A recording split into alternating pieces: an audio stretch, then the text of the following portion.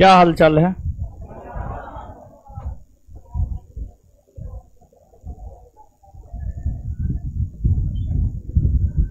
चलिए, क्या हाल चाल है? बढ़िया है। तो जो है दीजिए तो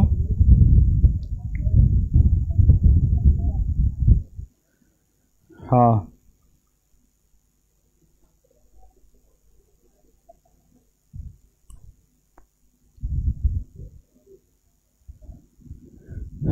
आ जाइए और भी देखते हैं।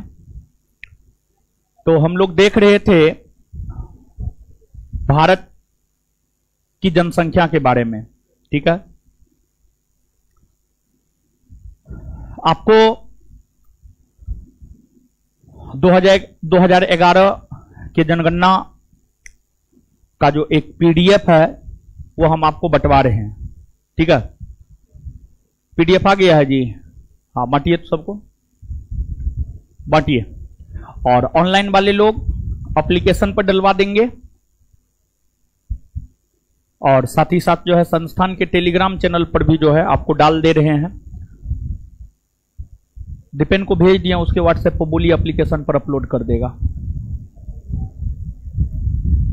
एक तरफ से बांटिए। ऊपर गया कोई बांटने के लिए? गया है तो ऐसे ऐसे ऐसे दे रहे हैं, गिन करके दीजिए ना जी। जय को विद्यार्थी को दीजिए, गिन करके दीजिए। इसको जो है आपको अपने कॉपी में उतार लेना है, समझ गए? और उतार करके उसको याद कर लेना है। डाटा है, डाटा में कुछ समझाने वाला है नहीं, उसमें हम क्या करेंगे। डाटा है, लिखिए कॉपी में, याद कीजिए।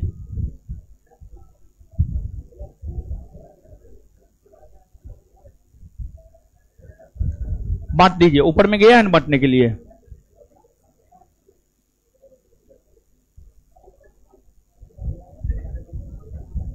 एक्स्ट्रा नहीं लेना है, एक्स्ट्रा पीछे बढ़ा देना। नहीं मिला? लीजिए। अरे इधर दीजिए ना, आगे वाला को दीजिए ना जी, यहां पे है महाराज।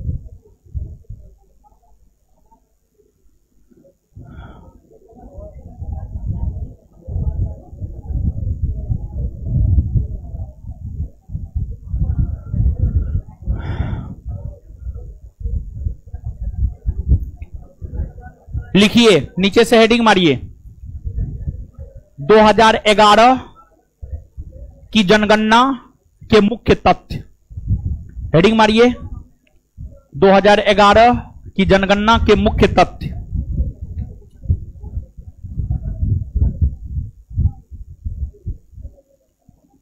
दो 2011 की जनगणना के मुख्य तथ्य।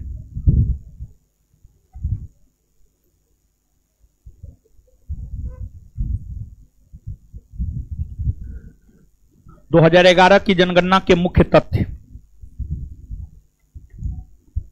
2011 की जनगणना के मुख्य तथ्य।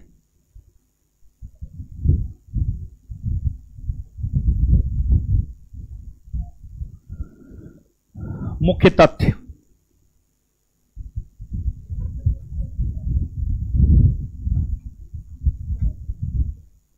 चलिए अब समझिए आप।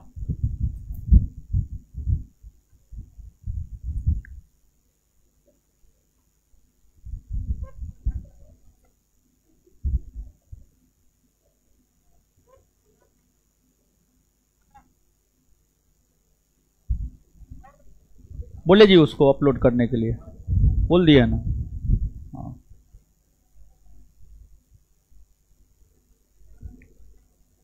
ऑनलाइन वाले लोग अपलोड हो जाएगा एप्लीकेशन पर, निकाल करके उसको कॉपी में लिख लीजिएगा। कहां लिखना है ये भी बात हम बता देंगे अभी।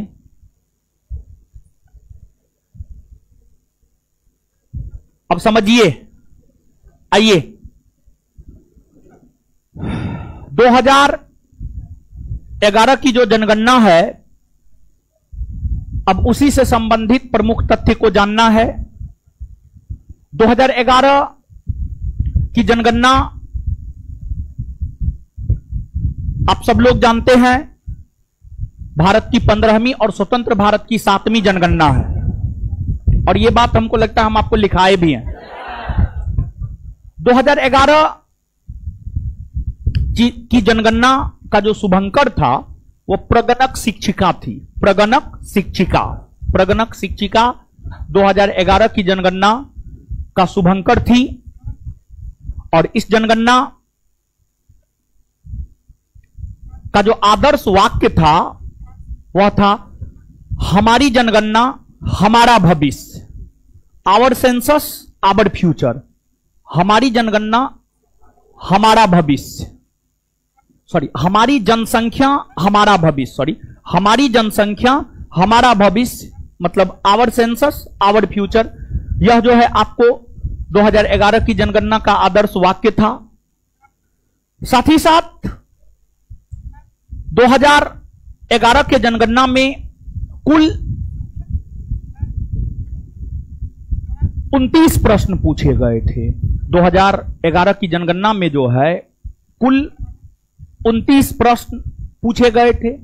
उसमें यही पूछा जा रहा होगा कि जो है परिवार में कितने सदस्य हैं, कौन क्या करते हैं, आप क्या करते हैं, यही सब सवाल जो है आपको पूछा जाता है। और कुल मिलाकर के जो है 29 सवाल 2011 के जनगणना में जो है आपको पूछा गया था। और आप याद कीजिए कि हम आपको साक्षरता दर बताए हैं, लिंगानुपात बताए हैं, सब चीज हम आपको बताए हैं। और साथ ही साथ हम आपको यह भी बात बताए हैं सबसे अधिक साक्षरता दर वाला राज्य कौन है, सबसे कम साक्षरता दर वाला राज्य कौन है, सबसे अधिक लिंगानुपात वाला राज्य कौन है, सबसे कम लिंगानुपात वाला राज्य कौन है। इन सभी बातों से हम आपको अवगत करवाए हैं। लेकिन यहां पर 2011 का जो आंकड़ा है, 2011 के जनगणना का जो आंकड़ा है, उन आंकड़ों के अनुसार जिला के संदर्भ में भी जो है कुछ आप जान लीजिए। कभी कताल जो है जिला से संबंधित भी जो है आपसे पूछ दिया जाता है। तो देखिए, अगर आप देखेंगे कि भारत में सबसे अधिक आबादी वाला जिला कौन है, यानी भारत का कौन ऐसा जिला है जहां की जनसंख्या सबसे अधिक है। एक है महाराष्ट्र राज्य का थाने जिला और दूसरा है पश्चिम बंगाल राज्य का 24 परगना, पश्चिम बंगाल राज्य का उत्तरी 24 परगना। ये दोनों भारत में सर्वाधिक जनसंख्या वाला जिला है। ये दोनों भारत में सर्वाधिक जनसंख्या वाला जिला है। और सबसे कम जनसंख्या वाला क्षेत्र जो है वह है अरुणाचल प्रदेश का दिबांग घाटी क्षेत्र। अरुणाचल प्रदेश का दिबांग घाटी क्षेत्र सबसे कम जनसंख्या वाला क्षेत्र है। अरुणाचल प्रदेश के दिबांग घाटी क्षेत्र का जनसंख्या घनत्व है 1 वर्ग किलोमीटर में सिर्फ एक व्यक्ति रहता है। 1 वर्ग किलोमीटर में सिर्फ एक व्यक्ति रहता है। इसके बाद अगर आप लिंगानुपात की बात करेंगे तो पूरे भारतवर्ष में सबसे अधिक लिंगानुपात वाला जिला पुडुचेरी केंद्र शासित प्रदेश का माहे जिला है।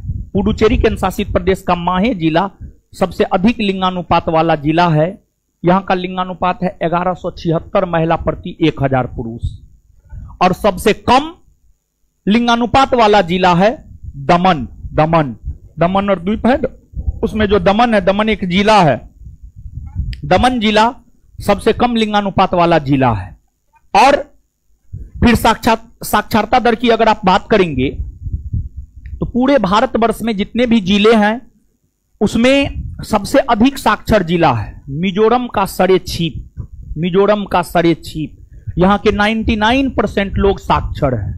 98 पॉइंट समथिंग है, 99% मान करके आप चल सकते हैं। 99% मान करके चल सकते हैं, यानी 100 में से उस जिला में 100 में से 99 गो लोग साक्षर है। वहीं सबसे कम साक्षरता वाला जिला है मध्य प्रदेश का अलीराजपुर। मध्य प्रदेश का अलीराजपुर जो है सबसे कम साक्षरता वाला जिला है। 30-33% लोग यहां के साक्षर है। 100 में से 33-34 वो लोग जो है यहां पर साक्षर है। समझ गए? तो जिला के संदर्भ में ये डाटा है, राज्य के संदर्भ में ये सब डाटा तो हम आपको बता ही दिए हैं, साथ ही साथ कॉपी में लिखा भी दिए हैं। ये सब जिला के संदर्भ में डाटा है, तो जिला के संदर्भ में भी आप इन चीजों को याद रखिएगा, नीचे से लिखिएगा। स्टार मार्के, पॉइंट वाइज लिखते जाइएगा। इसका शुभंकर, इसका शुभंकर, इसका शुभंकर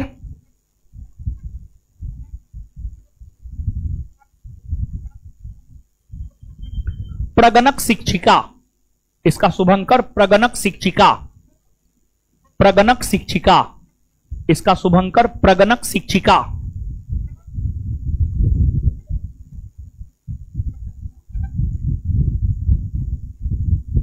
थी।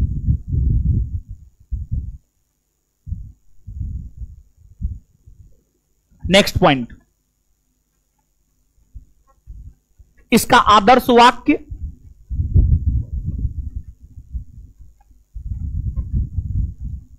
इसका आदर्श वाक्य, इसका आदर्श वाक्य हमारी जनसंख्या, इसका आदर्श वाक्य हमारी जनसंख्या हमारा भविष्य, इसका आदर्श वाक्य हमारी जनसंख्या हमारा भविष्य। इसको इन्वर्टेड कोमा में बंद कर लीजिएगा। इसका आदर्श वाक्य हमारी जनसंख्या हमारा भविष्य, इसको इन्वर्टेड कोमा में बंद कर लीजिएगा। इसका आदर्श वाक्य हमारी जनसंख्या हमारा भविष्य था। इसमें कुल 29 प्रश्न पूछे गए, इसमें कुल 29 प्रश्न पूछे गए।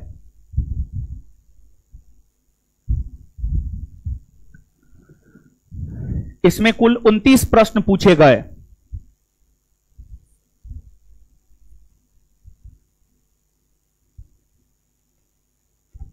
चलिए अब आगे जानिएगा। देखिए 2011 का जो आंकड़ा है, उस आंकड़ा के अनुसार भारत की कुल आबादी है 121 करोड़, और 2011 के आंकड़ों के अनुसार भारत की आबादी अमेरिका, अमेरिका, अमेरिका, अमेरिका के बाद इंडोनेशिया, इंडोनेशिया, इंडोनेशिया के बाद ब्राजील, ब्राजील, ब्राजील के बाद पाकिस्तान, पाकिस्तान के बाद बांग्लादेश, और बांग्लादेश के बाद जापान, जापान। इन 6 देश की आबादी को मिला दीजिए, इन 6 देश की आबादी के बराबर अकेले भारत की आबादी है, अकेले भारत की आबादी है। भारत की आबादी इन 6 देश के आबादी के बराबर है। अमेरिका, अमेरिका के बाद इंडोनेशिया, ब्राजील, पाकिस्तान, बांग्लादेश और जापान। इन 6 देश की आबादी के बराबर अकेले भारत की आबादी है, अकेले भारत की आबादी है। समझ गए? तो नीचे से लिखिएगा।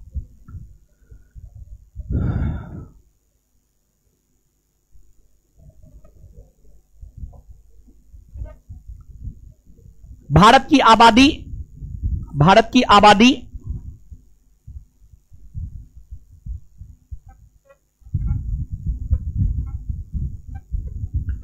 भारत की आबादी, भारत की आबादी अमेरिका,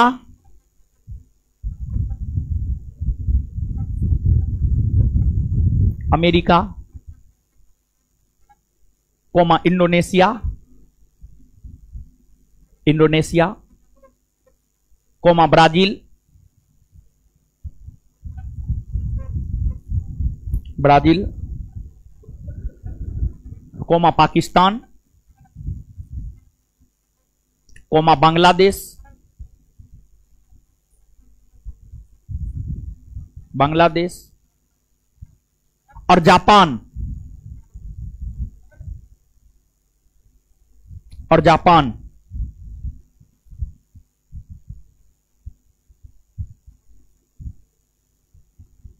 जैसे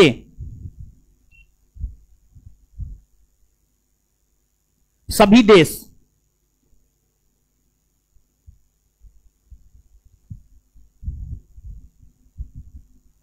के बराबर है,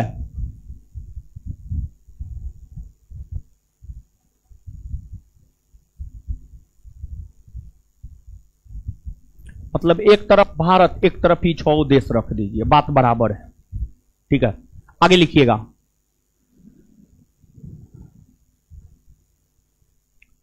भारत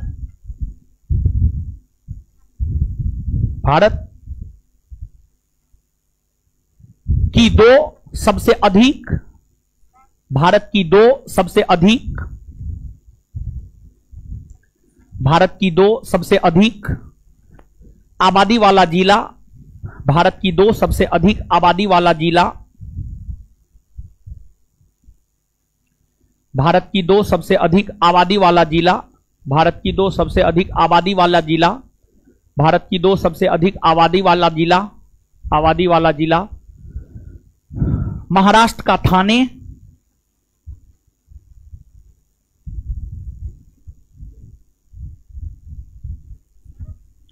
महाराष्ट्र का थाने और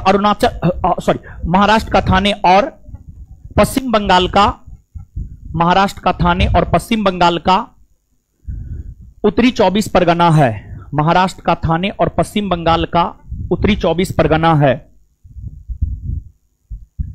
महाराष्ट्र का थाने और पश्चिम बंगाल का उत्तरी 24 परगना है। 2 नंबर में नेक्स्ट पॉइंट, महाराष्ट्र का थाने है उत्तरी 24 परगना है। उत्तरी 24 परगना जिला का नाम है, उत्तरी 24 परगना है, full stop. Next point, Bharat का सबसे कम आबादी वाला क्षेत्र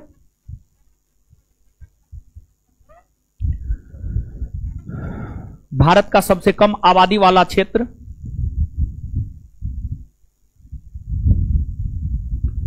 भारत का सबसे कम आबादी वाला क्षेत्र भारत का सबसे कम आबादी वाला क्षेत्र भारत का सबसे कम आबादी वाला क्षेत्र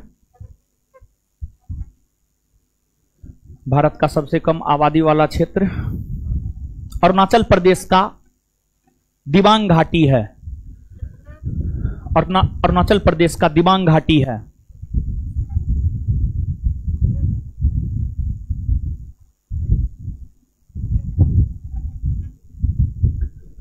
अरुणाचल प्रदेश का दिबांग घाटी है। इस क्षेत्र में प्रति वर्ग किलोमीटर इस क्षेत्र में प्रति वर्ग किलोमीटर सिर्फ एक मानव इस क्षेत्र में प्रति वर्ग किलोमीटर सिर्फ एक मानव इस क्षेत्र में प्रति वर्ग किलोमीटर सिर्फ एक मानव निवास करता है। इस क्षेत्र में प्रति वर्ग किलोमीटर सिर्फ एक मानव निवास करता है। सिर्फ एक मानव निवास करता है। नेक्स्ट पॉइंट लिखिएगा। भारत का सबसे अधिक लिंगानुपात वाला जिला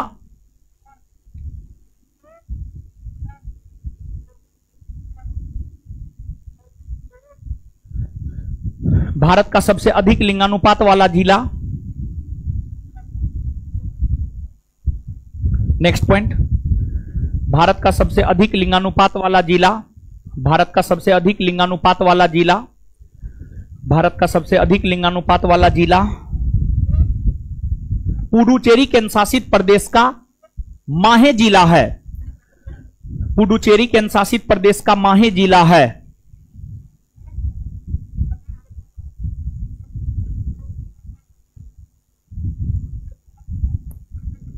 पुडुचेरी केंद्र शासित प्रदेश का माहे जिला है। पुडुचेरी केंद्र शासित प्रदेश का माहे जिला है। पुडुचेरी केंद्र शासित प्रदेश का माहे जिला है। पुडुचेरी केंद्र शासित प्रदेश का माहे जिला है। कॉस्ट में 1176 महिला प्रति 1000 पुरुष।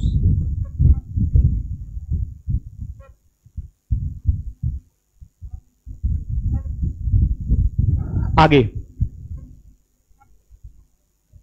1176 महिला प्रति 1000 पुरुष, 1176 महिला प्रति 1000 पुरुष। है क्या बोल रहे हैं? नेक्स्ट पॉइंट, भारत का सबसे कम, नेक्स्ट पॉइंट, भारत का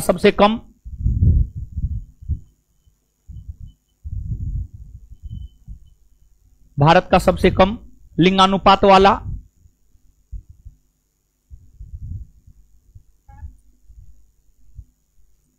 भारत का सबसे कम लिंगानुपात वाला, भारत का सबसे कम लिंगानुपात वाला, भारत का सबसे कम लिंगानुपात वाला जिला दमन है, दमन है, दमन है। भारत का सबसे कम लिंगानुपात वाला जिला दमन है, दमन है। कॉस्ट में 533 महिला प्रति 1000 पुरुष, 533 महिला प्रति 1000 पुरुष, 533 महिला प्रति 1000 पुरुष, 533 महिला प्रति 1000 पुरुष। Next point, next point, Bharat का सबसे अधिक साक्षर जिला, भारत का सबसे अधिक साक्षर जिला मिजोरम का,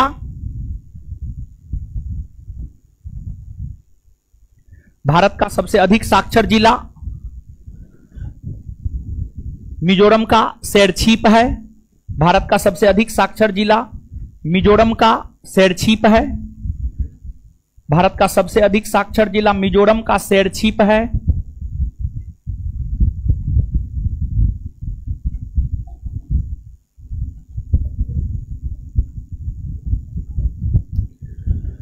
भारत का सबसे अधिक साक्षर जिला मिजोरम का शेरछीप है, भारत का सबसे अधिक साक्षर जिला मिजोरम का शेरछीप है।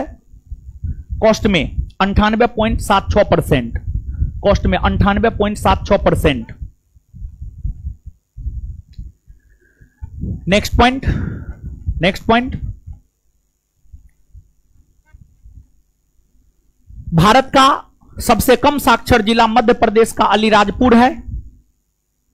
नेक्स्ट पॉइंट, भारत का सबसे कम साक्षर जिला, भारत का सबसे कम साक्षर जिला, भारत का सबसे कम साक्षर जिला मध्य प्रदेश का अलीराजपुर है। भारत का सबसे कम साक्षर जिला, भारत का सबसे कम साक्षर जिला मध्य प्रदेश का अलीराजपुर है। कॉस्ट में अलीराजपुर, अलीराजपुर। भारत का सबसे कम साक्षर जिला मध्य प्रदेश का अलीराजपुर है। कॉस्ट में 37.22%, 37.22%, 37.22%, 37.22%। तो सबसे अधिक वाला जिला साक्षरता लिंगानुपात हो गया।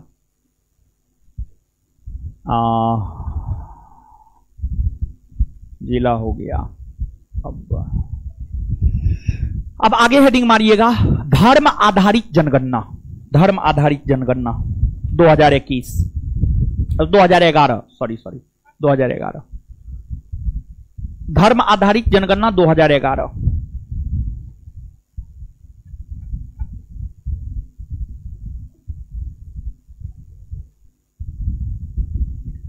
धर्म आधारित जनगणना 2011, धर्म आधारित जनगणना 2011।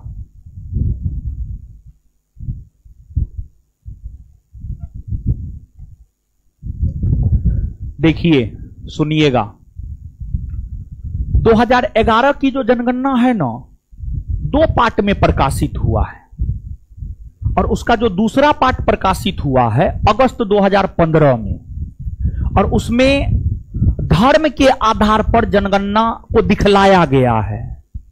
भारत में जो हिंदू है, मुस्लिम है, सिख है, ईसाई है, बौद्ध है, जैन है, पारसी है तथा अन्य धर्मों को मानने वाले लोग हैं। तो जब 2011 में जनगणना की जा रही थी, 2011 में जब जनगणना की जा रही थी, लोगों से धर्म भी पूछा गया था। जो 29 सवाल पूछे गए थे, उस 29 सवाल में लोगों से धर्म भी पूछा गया था। आप किस धर्म को मानते हैं? आप हिंदू धर्म को मानते हैं, इस्लाम धर्म को मानते हैं, सिख धर्म को मानते हैं, ईसाई धर्म को मानते हैं, आप किस धर्म को मानते हैं? यह भी 29 सवाल में से एक सवाल यह भी पूछा गया था। और 2011 की जनगणना के अकॉर्डिंग 2011 की जनगणना के अकॉर्डिंग धर्म आधारित जनगणना का प्रकाशन 25 अगस्त 2015 को हुआ था। 25 अगस्त 2015 को हुआ था। और जो 2011 के आंकड़ों के अनुसार 2011 के आंकड़ों के अनुसार धर्म आधारित जनगणना प्रकाशित हुई है। वह जनगणना यह बतलाता है कि भारत में सर्वाधिक संख्या हिंदुओं की है, सर्वाधिक संख्या हिंदुओं की है। अगर आप बात करेंगे हिंदू की तो कुल आबादी का 79.8% हिंदू है। 79.8% हिंदू है, यानी 100 में लगभग 80 वो हिंदू है। फिर भी हिंदू खतरा में है, समझ गए। फिर मुस्लिम 14.2% है। 14.2% मुसलमान है। 14.2% मुसलमान है। इसके बाद ईसाई है। 2.3% मात्र ईसाई है भारत में। और इसके बाद सिख है। 1.7% सिख है। इसके बाद बौद्ध है 0.7%। इसके बाद जैन है 0.4%। 0.4%। इसके बाद कुछ लोगों ने अपना धर्म बतलाया ही नहीं। जब उससे जनगणना के दौरान पूछा गया आप कौन धर्म मानते हैं, वो अपना धर्म बतलाया ही नहीं। और कुछ लोग कहा कि हम कोनो धर्म को मानबे नहीं करते। ये बात हुआ। कुछ लोगों ने अपना धर्म नहीं बतलाया और कुछ लोगों ने कहा कि हम कोई धर्म मानते ही नहीं। तो बाद बाकी 100 में से इसको जोड़िएगा तो लगभग 98-99% के आसपास आ जाएगा। 1% के आसपास लोग अपना धर्म नहीं बतलाया या वो किसी धर्म को मानता ही नहीं था। और देखिए तुलना होता है पीछे वाले से। 2011 का ये आंकड़ा है। 2011 का ये आंकड़ा है। 2011 से पहले जनगणना 2001 में हुआ था। 2011 के आंकड़ों की तुलना 2001 के आंकड़ों से की गई। 2011 के आंकड़ों की तुलना 2001 के आंकड़ों से की गई। 2001 के आंकड़ों से की गई। 2001 के आंकड़ों से की गई। तो यह देखने को मिला कि सिर्फ मुस्लिम आबादी में बढ़ोतरी हुई है।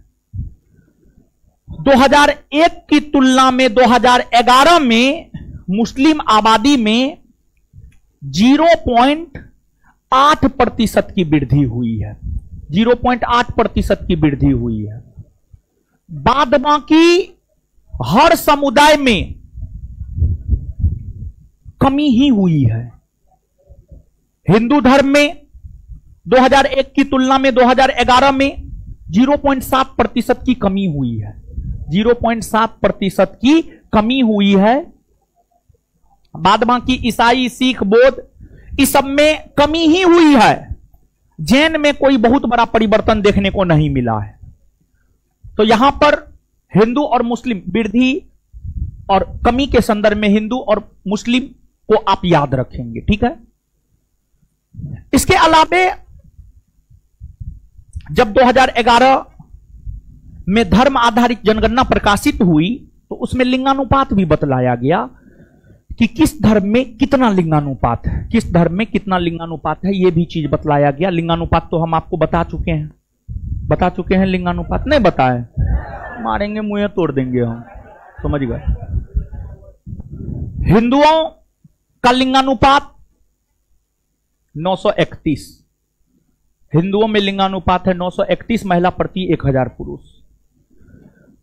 मुस्लिमों में लिंगानुपात है 936 महिला प्रति 1000 पुरुष। ईसाइयों में लिंगानुपात है 1006 महिला प्रति 1000 पुरुष। सिखों का लिंगानुपात है 893 महिला प्रति 1000 पुरुष। बौद्धों का लिंगानुपात है 953 महिला प्रति 1000 पुरुष और जैनों का लिंगानुपात है 940 महिला प्रति 1000 पुरुष। इस आंकड़ा के अनुसार यह बतलाया जा सकता है कि सबसे अधिक लिंगानुपात वाला धार्मिक समुदाय ईसाई है और सबसे कम लिंगानुपात वाला धार्मिक समुदाय सिख है। सबसे कम लिंगानुपात वाला धार्मिक समुदाय सिख है और सबसे अधिक लिंगानुपात वाला धार्मिक समुदाय ईसाई है। क्लियर है? तो नीचे से लिखिएगा, लिखिएगा।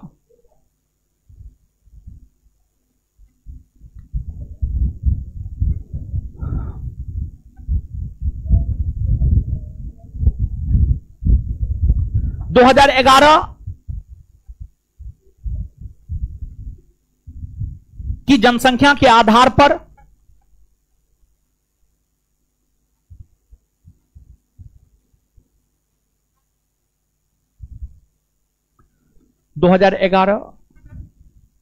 की जनसंख्या के आधार पर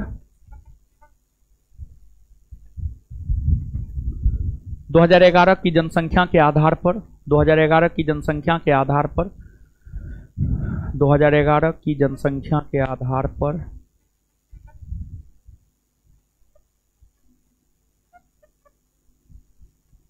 धर्म आधारित जनगणना की रिपोर्ट, धर्म आधारित जनगणना की रिपोर्ट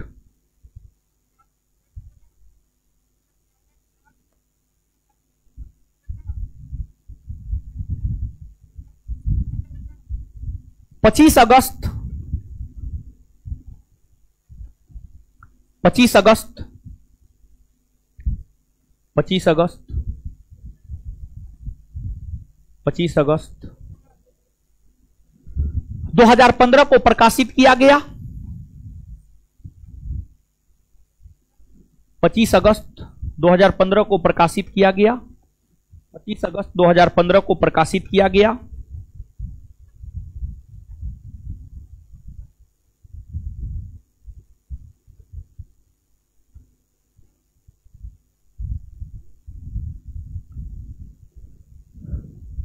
इसके अनुसार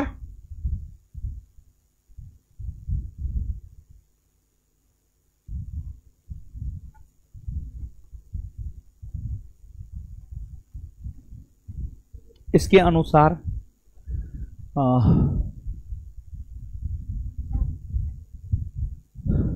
इसके अनुसार इसके अनुसार भारत में निम्न धार्मिक समुदायों, भारत में निम्न धार्मिक समुदायों, भारत में निम्न धार्मिक समुदायों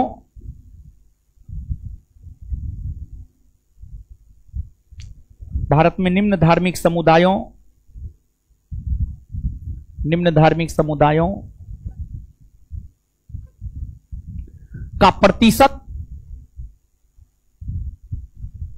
प्रतिशत और लिंगानुपात का प्रतिशत और लिंगानुपात का प्रतिशत और लिंगानुपात निम्न है।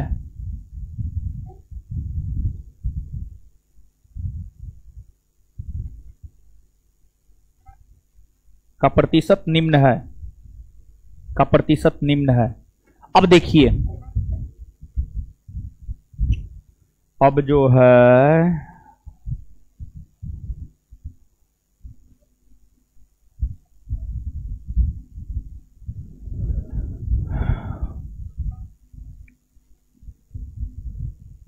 धार्मिक समुदाय, 3 कॉलम बनाइए। एक में लिखिए धार्मिक समुदाय, दूसरे में प्रतिशत और तीसरे में लिंगानुपात।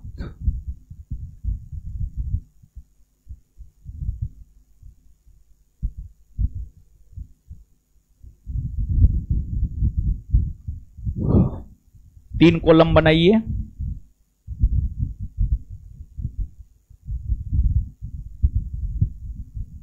एक में लिखिए धार्मिक समुदाय, दूसरे में लिखिए प्रतिशत, तीसरे में लिंगानुपात। समझ गए?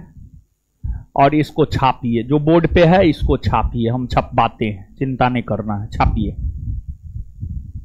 छापिए। तो हिंदू 79.8%, हिंदू 79.8%, हिंदू 79.8%, हिंदू 79.8%, लिंगानुपात में 931,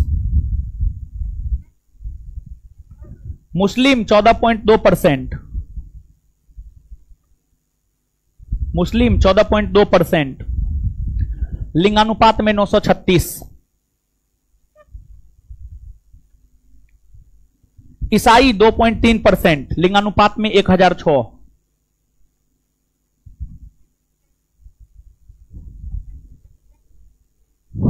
सिख 1.7%, सिख 1.7%, लिंगानुपात में 893, लिंगानुपात में 893, लिंगानुपात में 893,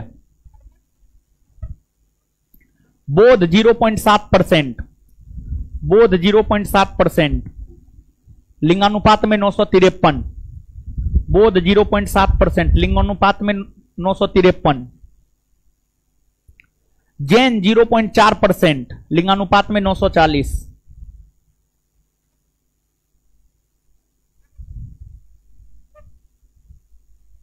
हिंदू मुस्लिम का लिखे हैं?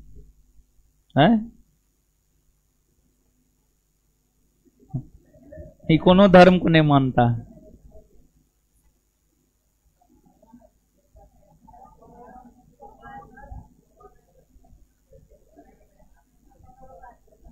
अरे बाबा भी धर्म को मानता है, धर्मे पर तो बाबा का दुकान चलता है हमारा, जो धर्म नहीं मानेगा। चलिए आगे लिखिए, आगे लिखिए, आगे आगे क्या लिखिएगा? हाँ लिखिए, 2001 की तुलना में 2011 में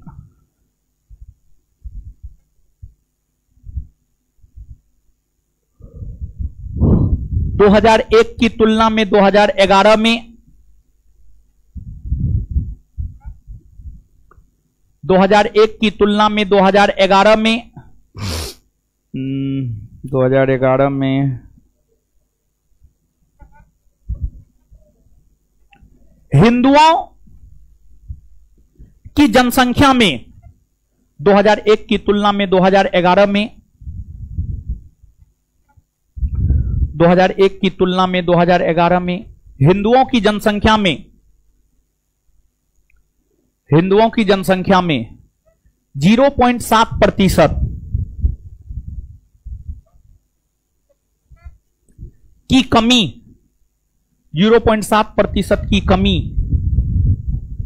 0.7% की कमी देखने को मिला है।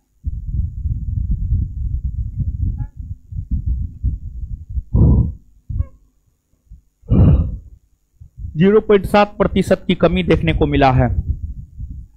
नेक्स्ट पॉइंट, अगला पॉइंट,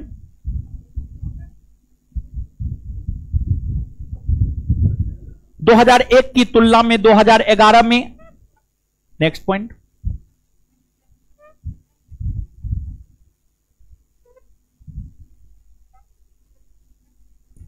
दो 2001 की तुलना में 2011 में 2001 की तुलना में 2011 में 2001 की तुलना में 2011 में मुस्लिमों की जनसंख्या में मुस्लिमों की जनसंख्या में मुस्लिमों की जनसंख्या में मुस्लिमों की जनसंख्या में 0.8% की वृद्धि देखने को मिली है।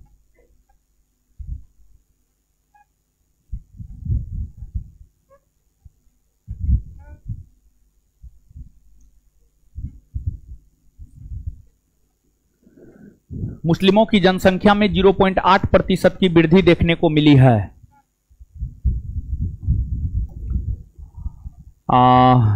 इसके बाद हाँ, एक पॉइंट और लिखिए। ऐसे ही पॉइंट लिखाने का मतलब बनता है नहीं, लेकिन फिर भी लिखाएंगे। लिखिए, लिखिएगा। सर्वाधिक लिंगानुपात वाला धार्मिक समुदाय, सर्वाधिक लिंगानुपात वाला धार्मिक समुदाय,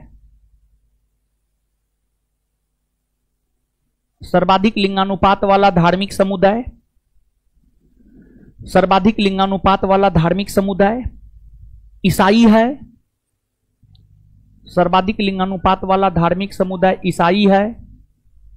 सर्वाधिक लिंगानुपात वाला धार्मिक समुदाय ईसाई है। एक सेकेंड में ये लोग में बंदर का जीन घुस जाता है। एक सेकेंड में, समझ गए, मानव से बंदर हो जाता है। अरे महाराज, बंदर का विकास हुआ तब आप मानव बने हैं। फिर से आप लोग आगे जाता है, आप लोग तो पीछे ही जा रहे हैं। ये तो बड़ी दिक्कत है, समझ गए। सर्वाधिक लिंगानुपात वाला धार्मिक समुदाय ईसाई है, तो वहीं सबसे कम लिंगानुपात वाला, तो वहीं सबसे कम लिंगानुपात वाला धार्मिक समुदाय, तो वहीं सबसे कम लिंगानुपात वाला धार्मिक समुदाय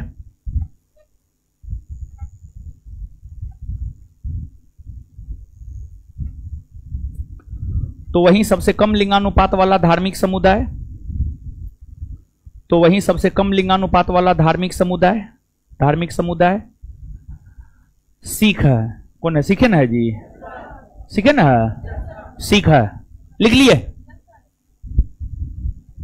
तो वही सबसे कम लिंगानुपात वाला धार्मिक समुदाय सिख है। एगो बात और जानिए, जैसे भारत में ऐसे तो हर राज्य में हिंदू, मुस्लिम, सिख, ईसाई, बौद्ध, जैन, पारसी सब रहते हैं, लेकिन उसमें भी देखना है कि मूल तौर पर हिंदू और मुस्लिम का सबसे ज्यादा आबादी कहां है, किस राज्य में है। राज्य के संदर्भ में स्पेशली तो सर्वाधिक हिंदुओं की आबादी वाला राज्य है हिमाचल प्रदेश। जानते हैं, हिमाचल प्रदेश में 100 गो व्यक्ति में से 95 गो हिंदू है, 95 गो हिंदू है, 5 गो में मुस्लिम, सिख, ईसाई, बौद्ध, जैन, पारसी सब है। और वही सबसे अधिक मुस्लिम आबादी वाला राज्य है असम। असम में 100 में से 35 गो मुसलमान है। असम में 100 में से 35 गो मुसलमान है, और बाद बाकी हिंदू, सिख, जैन, बौद्ध, पारसी सब है। समझ गए? तो नीचे से लिखिएगा। बिहार में समरसता वाला बात है, सब है समान मात्रा में, लेकिन हिंदू ज्यादा है। ठीक है, लिखिएगा।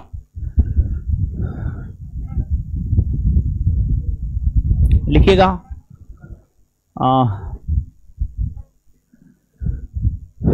भारत में सबसे अधिक हिंदुओं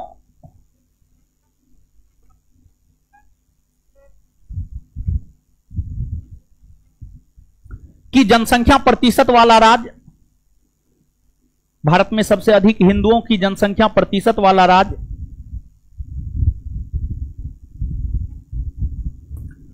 भारत में सबसे अधिक हिंदुओं की जनसंख्या प्रतिशत वाला राज्य भारत में सबसे अधिक हिंदुओं की जनसंख्या प्रतिशत वाला राज्य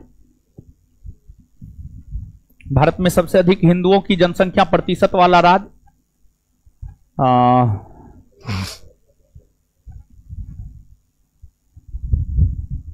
हिमाचल प्रदेश है। कॉस्ट में लगभग 95%, कॉस्ट में लगभग 95%,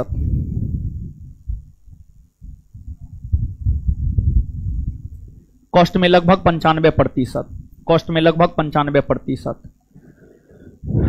इसके बाद आगे लिखिएगा। भारत में सबसे अधिक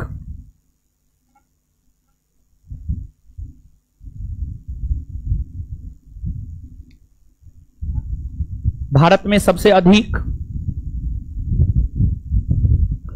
भारत में सबसे अधिक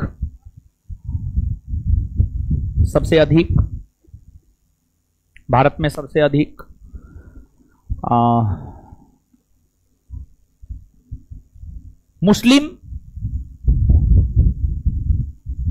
मुस्लिमों की जनसंख्या प्रतिशत वाला राज्य, मुस्लिमों की जनसंख्या प्रतिशत वाला राज्य, मुस्लिमों की जनसंख्या प्रतिशत वाला राज्य, मुस्लिमों की जनसंख्या प्रतिशत वाला राज्य,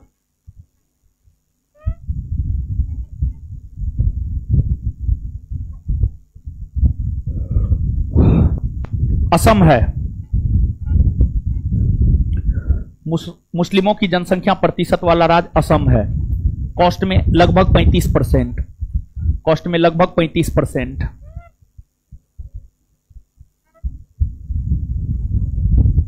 चलिए अब वो दीजिए, तो जो पीडीएफ आपको मिला है, सबको पीडीएफ मिल ना गया है जी?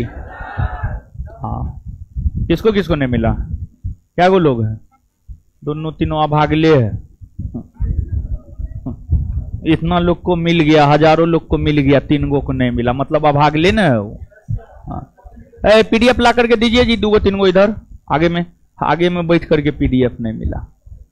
कहां गए जी? केबिन में बैठ के खैनी लटा के खा रहा होगा सब।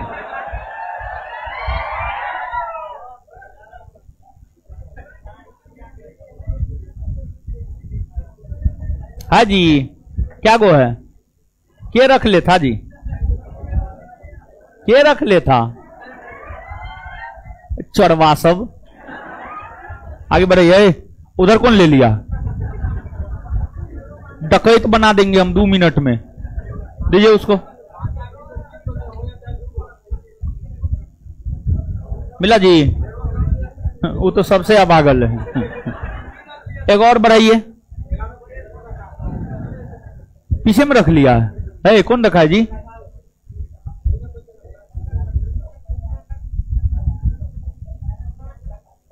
बस चुराते हैं आप लोग, चोरवा सब हैं आप लोग। अरे एगो देना है जी, एगो देना है।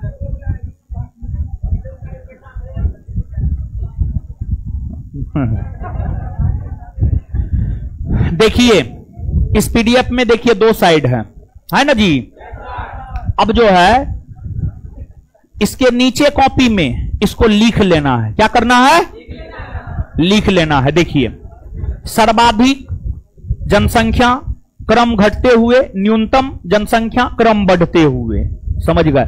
जैसे है पीडीएफ में वैसे लिख लीजिएगा।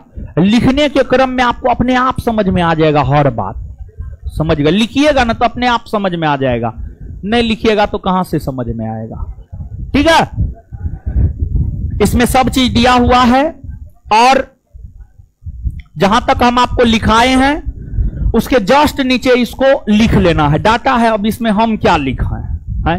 दे दिए हैं पीडीएफ, लिखवाने में फालतू का 1 घंटा टाइम लग जाएगा। समझ गए? इसको लिख लीजिएगा। इस प्रकार आपका ये चैप्टर खत्म हुआ। ठीक है? अब अगला चैप्टर क्या है बताइए तो? हाँ, याद करवाएंगे। अगला चैप्टर है क्या?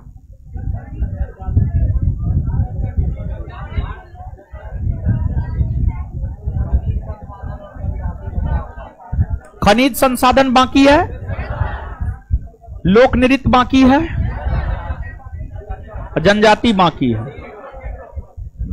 ठीक है, हो जाएगा, जल्दी हो जाएगा, जल्दी हो जाएगा, चिंता नहीं करना है, बहुत जल्दी हो जाएगा। क्या होगा? बहुत जल्दी हो जाएगा। ठीक है?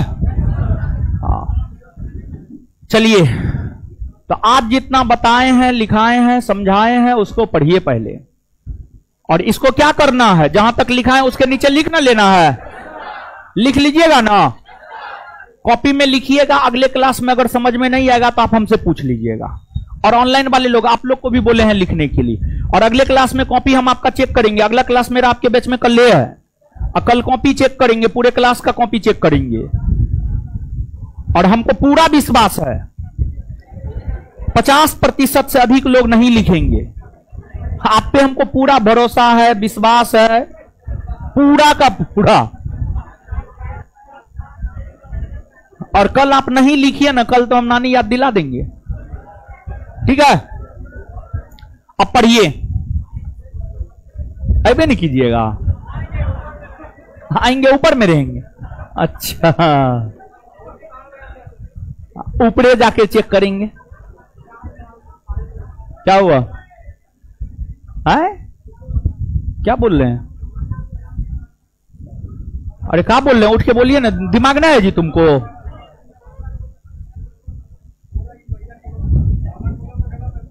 मैं उसके कहने से गलत, ज्यादा विद्वान हो गया है। हाँ, क्या गलत है पहला कॉलम में?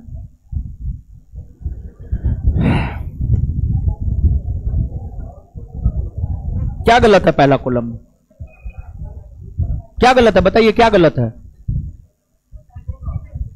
सिक्किम? हाँ,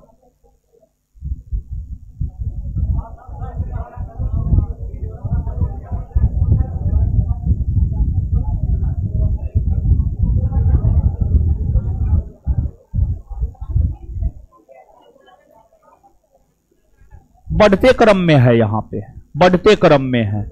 ये डाटा में, कॉस्ट में जो डाटा है वो गलत है। ठीक है, तो वो डाटा थोड़े याद करना है। और देखिए एगो बात और बता देते हैं, इसमें जो ई लिखा हुआ है, जैसे जनसंख्या, राज्य उत्तर प्रदेश, महाराष्ट्र, बिहार, कॉस्ट में है 19,98,12,341। ये जो आंकड़ा है 19,98,12,341, इसको नहीं लिखना है, इसको नहीं लिखना है, इसको नहीं लिखना है। इस बात को ध्यान में रखिएगा, ये फालतू आंकड़ा है। ठीक है, ये फालतू आंकड़ा है, इसको नहीं लिखना है। जितना लिखाना था परसेंटेज सब लिख दिए हैं। इसमें जो है ना मूल तौर पर क्या है जानते हैं? मूल तौर पर यानी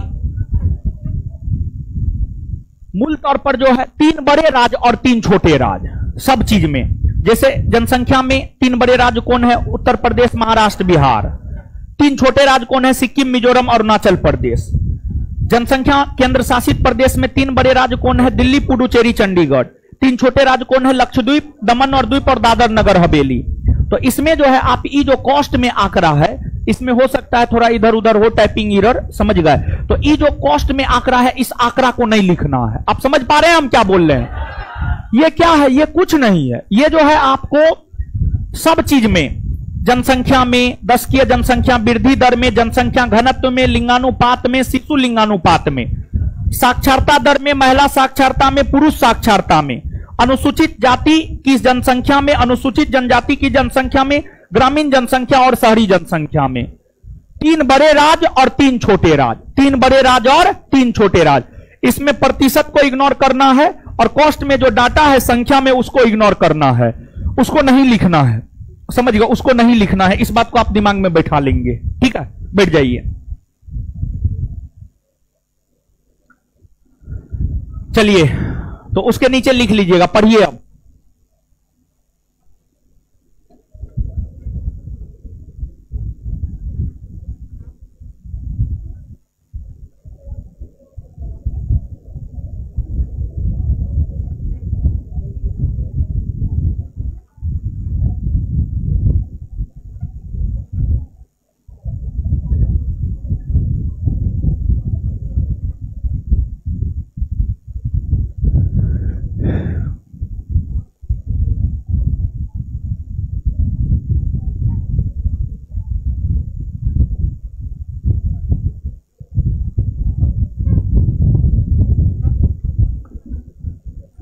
पढ़ लिए जी, पढ़िए जल्दी।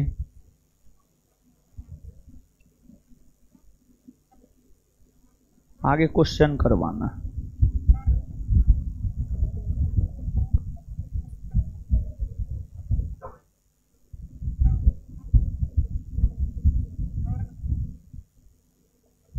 कहां तक करवा दिए थे जी?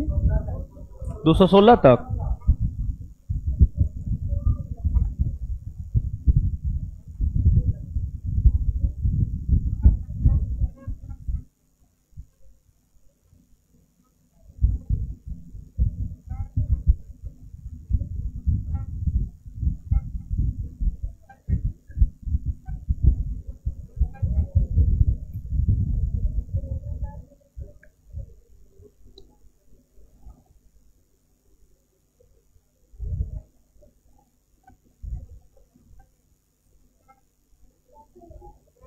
216 तक हो गया था,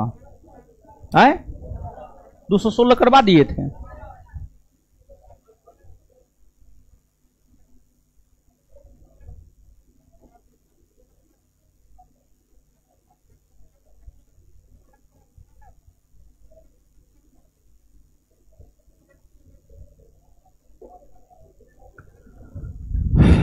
चलिए पढ़ लिए जी, आइए याद करते हैं।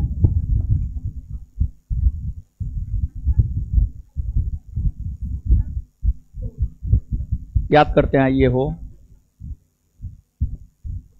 कहां से बताए थे, बताइए। 2011 की जनगणना का शुभंकर कौन? शुभंकर कौन थी? शुभंकर आदर्श वाक्य,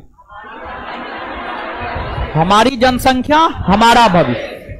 आदर्श वाक्य, आदर्श वाक्य। कुल कितने प्रश्न पूछे गए? कितने प्रश्न पूछे गए? कितने प्रश्न पूछे गए? भारत की जनसंख्या किन किन देशों की जनसंख्या के बराबर है?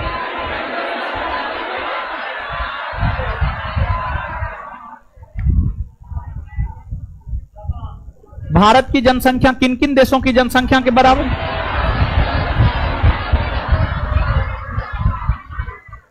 क्लियर है? आगे बताइएगा। भारत में 2 सर्वाधिक जनसंख्या आबादी वाला जिला कौन है? थाने और उत्तरी 24 परगना। थाने और भारत का 2 सबसे अधिक आबादी वाला जिला, थाने और उत्तरी 24 परगना। कौन है? थाने और उत्तरी 24 परगना। भारत का सबसे कम आबादी वाला क्षेत्र अरुणाचल प्रदेश का दिबांग घाटी। अरुणाचल प्रदेश का, भारत का सबसे कम जनसंख्या वाला क्षेत्र अरुणाचल प्रदेश का। सबसे अधिक लिंगानुपात वाला जिला माहे। सबसे कम लिंगानुपात वाला जिला दमन। दमन। सबसे अधिक लिंगानुपात वाला जिला माहे। सबसे अधिक लिंगानुपात वाला जिला, सबसे अधिक लिंगानुपात वाला जिला, सबसे अधिक लिंगानुपात वाला, सबसे कम लिंगानुपात वाला जिला, सबसे कम लिंगानुपात वाला जिला, सबसे अधिक साक्षर जिला, सबसे अधिक साक्षर जिला, सबसे अधिक साक्षर जिला, सबसे कम साक्षर जिला, सबसे कम साक्षर जिला, सबसे कम साक्षर जिला, सबसे कम साक्षर जिला। क्लियर है? चलिए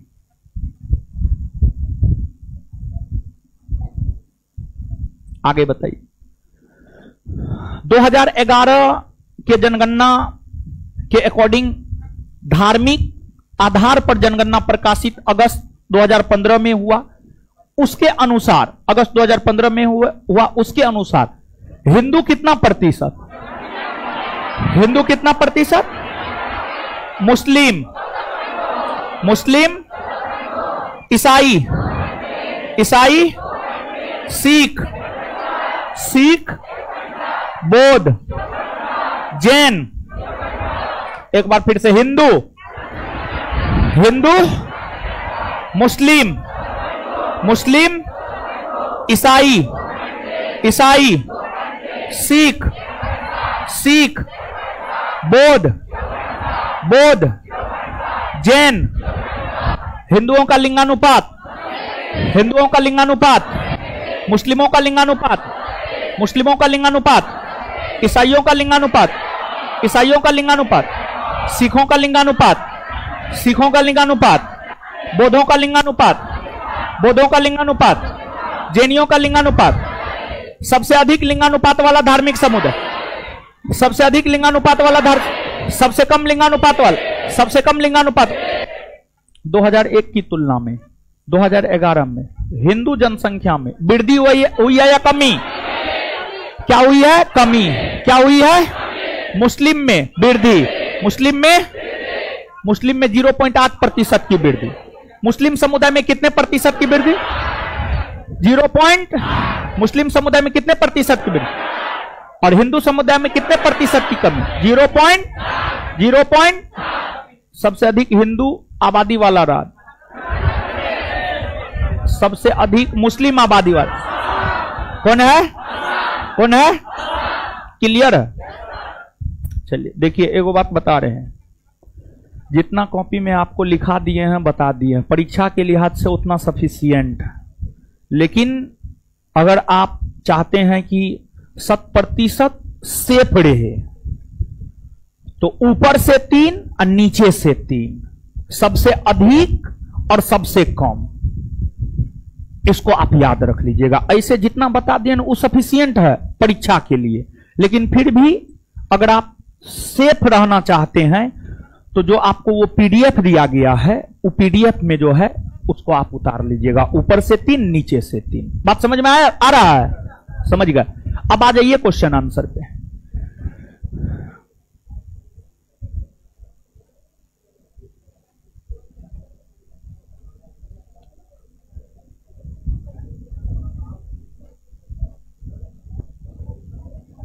आ जाइए, आइए क्वेश्चन आंसर पे। तेल नदी निम्नलिखित नदियों में से किसकी सहायक नदी है? जो तेल नदी है यह महानदी की सहायक नदी है। किसकी सहायक नदी है? महानदी। क्या ऑप्शन में महानदी है? आंसर क्या हो जाएगा? उपर्युक्त में से कोई नहीं। भेड़ा घाट पर कौन सा जलप्रपात स्थित है? भेड़ा घाट पर धुआंधार जलप्रपात मध्य प्रदेश राज्य में नर्मदा नदी पर स्थित है। मध्य प्रदेश राज्य में नर्मदा नदी पर स्थित है धुआंधार जलप्रपात। भेड़ा घाट पर मध्य प्रदेश राज्य में नर्मदा नदी पर धुआंधार जलप्रपात स्थित है। बांग्लादेश में प्रवेश करने के बाद गंगा नदी को निम्नलिखित में से किस नाम से जाना जाता है? गंगा नदी को पद्मा नाम से जाना जाता है। किस नाम से? पद्मा। कौन सा जोड़ा सही है? नदी और राज्य। इंद्रावती झारखंड नहीं, गलत। इंद्रावती छत्तीसगढ़ में बहती है। कहां बहती है? छत्तीसगढ़ में। भीमा नदी तमिलनाडु नहीं, भीमा नदी महाराष्ट्र। भीमा नदी महाराष्ट्र। महाराष्ट्र। लूनी नदी राजस्थान सही है। घाट प्रभा केरल नहीं बल्कि कर्नाटक।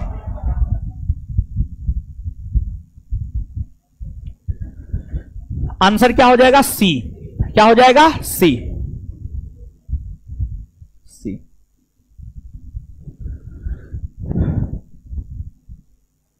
हाल ही में निम्नलिखित नदियों में से किनको जोड़ने का कार्य किया गया है? गोदावरी और कृष्णा को जोड़ने का कार्य किया गया है। गोदावरी और कृष्णा को जोड़ने का कार्य किया गया है। और गोदावरी और कृष्णा को जोड़ते हुए पट्टी सीमा सिंचाई परियोजना का निर्माण इन दोनों नदियों पर आंध्र प्रदेश राज्य में किया गया है। निम्नलिखित में से कौन सी ब्रह्मपुत्र की सहायक नदी है? दिबांग, कामेंग, लोहित, तीनों। ये तीनों ब्रह्मपुत्र की सहायक नदी है। ये तीनों ब्रह्मपुत्र की सहायक नदी है। किस स्थान पर अलकनंदा तथा भागीरथी का संगम होता है? अलकनंदा और भागीरथी का संगम देव प्रयाग में। रुद्र प्रयाग में किसका संगम होता है? अलकनंदा और मंदाकिनी। अलकनंदा और मंदाकिनी। कर्ण प्रयाग में। अलकनंदा और पिंडार विष्णु प्रयाग में। अलकनंदा और धौली गंगा। अलकनंदा और धौली गंगा।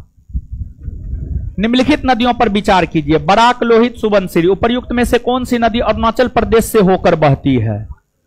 बराक अरुणाचल प्रदेश से होकर नहीं बहती है, यह मणिपुर से होकर बहती है। मणिपुर से होकर बहती है। लोहित और सुबनसिरी ये दोनों अरुणाचल प्रदेश से होकर बहती है। आंसर हो जाएगा केवल 2 और 3। केवल 2 और 3। पश्चिमी घाट की नदियां डेल्टा का निर्माण नहीं करती है। सही है। पश्चिमी घाट की नदियां डेल्टा का निर्माण नहीं करती है। पश्चिमी घाट की, अरे सुनिए ना महाराज, तरीका सुनते हैं नहीं, अजीब हाल है। क्या बोल रहे हैं आप लोग हैं?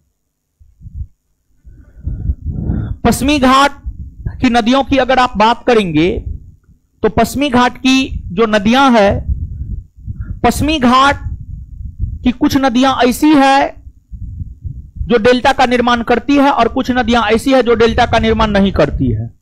पश्चिमी घाट से होकर बहने वाली वैसी नदियां जो बंगाल की खाड़ी में अपना जल गिराती है वह डेल्टा बनाती है, और जो अरब सागर में अपना जल गिराती है वह डेल्टा नहीं बनाती है। प्रश्न अरब सागर के संदर्भ में है। पश्चिमी घाट की वैसी नदियां जो अरब सागर में अपना जल गिराती है वह डेल्टा नहीं बनाती है। उस संदर्भ में सही है ये। वे छोटे मार्ग से तीव्र गति से कड़ी चट्टानों के ऊपर से प्रवाहित होती है। हां, पश्चिमी घाट के अंतर्गत अरब सागर में जल गिराने वाली नदियां छोटे मार्ग से तीव्र गति से कड़ी चट्टानों के ऊपर से प्रवाहित होती है, जिस कारण यह डेल्टा का निर्माण नहीं करती है। ए और आर दोनों सही है, व्याख्या भी सही है। आंसर हो जाएगा ए। सूची 1 को सूची 2 से सुमेलित कीजिए तथा नीचे दिए कूट से सही उत्तर चुनिए। जलप्रपात और नदी। दूध सागर गोवा राज्य में मांडवी नदी पर। डुडुमा जलप्रपात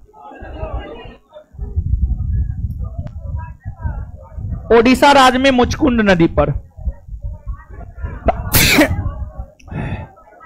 गोकक जलप्रपात कर्नाटक राज्य में घाटप्रभा नदी पर। जोगिया गोरसप्पा जलप्रपात कर्नाटक राज्य में शरावती नदी पर। 4 2 1 3 4 2 1 3 आंसर क्या हो जाएगा? ए। नर्मदा नदी पश्चिम की ओर बहती है, जबकि अधिकांश अन्य प्रायद्वीपीय बड़ी नदियां पूरब की ओर बहती है। हां, सही बात है।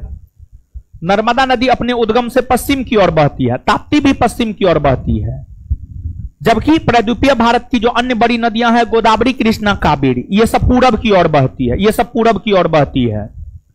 तो नर्मदा नदी पश्चिम की ओर बहती है, जबकि अधिकांश अन्य प्रायद्वीपीय बड़ी नदियां पूरब की ओर बहती है। ऐसा क्यों? यह एक रेखीय विभ्रंश रिफ्ट घाटी में विस्तृत है। हां, नर्मदा नदी रिफ्ट घाटी या विभ्रंश घाटी में बहती है। सही है ये बात। यह बिंद और सतपुड़ा के बीच बहती है। हां, यह भी बात सही है। भूमि का ढलान मध्य भारत से पश्चिम की ओर है। नहीं, अगर भूमि का ढलान मध्य भारत से पश्चिम की ओर होता तो गोदावरी, कृष्णा, कावेरी जैसी नदियां अपना जल अरब सागर में गिराती, लेकिन भूमि का ढलान मध्य भारत से पूरब की ओर है। भूमि का ढलान मध्य भारत से पूरब की ओर है, जिस वजह से गोदावरी, कृष्णा, कावेरी जैसी नदियां अपना जल बंगाल की खाड़ी में गिराती है। नीचे दिए गए कूट का प्रयोग कर सही उत्तर चुनिए। केवल 1 2 और 3, 1 और 3 कोई नहीं। आंसर हो जाएगा कोई नहीं। 1 और 2 इसका सही उत्तर होगा। उत्तर में मेरे ख्याल से उत्तर ए दिया हुआ है, जो कि गलत है। इसका सही उत्तर होगा डी। ये यूपीएससी 2013 का पूछा हुआ क्वेश्चन है। निम्न में से कौन सुमेलित है? झील और अवस्थिति। लोनार मध्य प्रदेश नहीं, लोनार महाराष्ट्र में। कहां है? महाराष्ट्र में। नक्की गुजरात नक्की गुजरात नहीं, राजस्थान। गुजरात नहीं बल्कि राजस्थान। कोलेरू आंध्र प्रदेश सही है। पुलिकट केरल नहीं, बल्कि आंध्र प्रदेश और तमिलनाडु के सीमा पर। आंध्र प्रदेश और तमिलनाडु के सीमा पर। आंध्र प्रदेश और तमिलनाडु के सीमा पर है। तो आंसर क्या हो जाएगा इसका? सी। नेक्स्ट, तिब्बत में उत्पत्ति पाने वाली ब्रह्मपुत्र, इरावदी और मेकांग नदियां अपने ऊपरी पाटों में संकीर्ण और समानांतर पर्वत श्रेणियों से होकर प्रवाहित होती है। इन नदियों में ब्रह्मपुत्र भारत में प्रविष्ट होने से ठीक पहले अपने प्रवाह में एक यू टर्न लेती है। यह यू टर्न क्यों बनता है? भूवैज्ञानिकी तरुण हिमालय के अक्ष संघीय नमन के कारण। याद रख लीजिएगा, ये भी यूपीएससी का पूछा हुआ क्वेश्चन है। कुछ बात बिना समझे याद रखने में ही भलाई है। आंसर हो जाएगा बी। याद रख लीजिएगा। हम भी इसको याद ही रखे हुए हैं, आप भी इसको याद ही रख लीजिए। समझ गए? नदियों की लंबाई के अवरोही क्रम में, अवरोही क्रम मतलब घटते क्रम में गोदावरी, महानदी, नर्मदा व ताप्ती का सही अनुक्रम। देखिए, गोदावरी की लंबाई है 1465 किलोमीटर, महानदी 800, कुछ स्रोत 815 लिखता है, कुछ स्रोत 851 लिखता है। ठीक है, 851 भी लिखता है, 815 भी लिखता है। तो 815 ये मान के चलिए ना। नर्मदा 1312, ताप्ती 724। तो घटते क्रम में सजाना, अवरोही घटते क्रम में, यानी सबसे बड़ा को पहले लेना है। तो सबसे बड़ा है गोदावरी, उसके बाद नर्मदा, उसके बाद महानदी और उसके बाद ताप्ती। आंसर क्या हो जाएगा? बी। आंसर बी होगा। बी। निम्नलिखित में से कौन सा एक सही नहीं है? कौन सा एक सही नहीं है मतलब कौन सा गलत है? कौन सा गलत है? महानदी का उद्गम छत्तीसगढ़ के पठार से होता है। हाँ होता है। महानदी का उद्गम छत्तीसगढ़ के पठार से होता है, छत्तीसगढ़ के सिंघाबा पर्वत श्रेणी से होता है, यह बात सही है। गोदावरी नदी का उद्गम महाराष्ट्र में होता है। हाँ, महाराष्ट्र के नासिक के त्रयंबक पहाड़ी से होता है, यह भी सही है। कावेरी नदी का उद्गम आंध्र प्रदेश में होता है, नहीं। कावेरी नदी का उद्गम कर्नाटक के ब्रह्मगिरी पहाड़ी से होता है, यह गलत है। ताप्ती नदी का उद्गम मध्य प्रदेश में होता है। हाँ, मध्य प्रदेश में सतपुरा पहाड़ी से होता है, यह भी सही है। कौन सा गलत है? सी। आंसर क्या हो जाएगा? सी। गलत को ही चुनना था।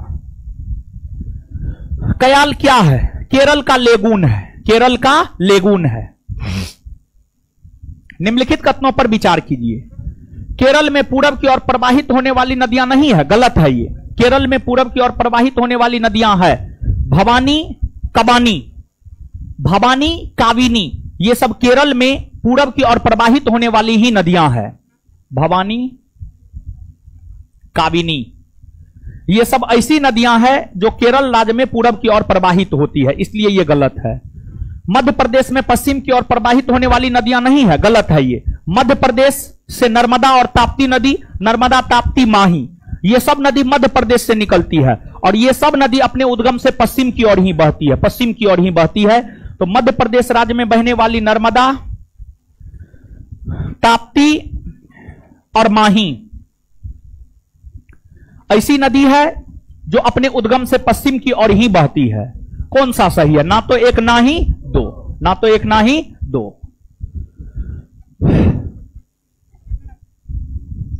थोड़ा बहुत नोट पर भी काम करते जाइएगा, समझ गए?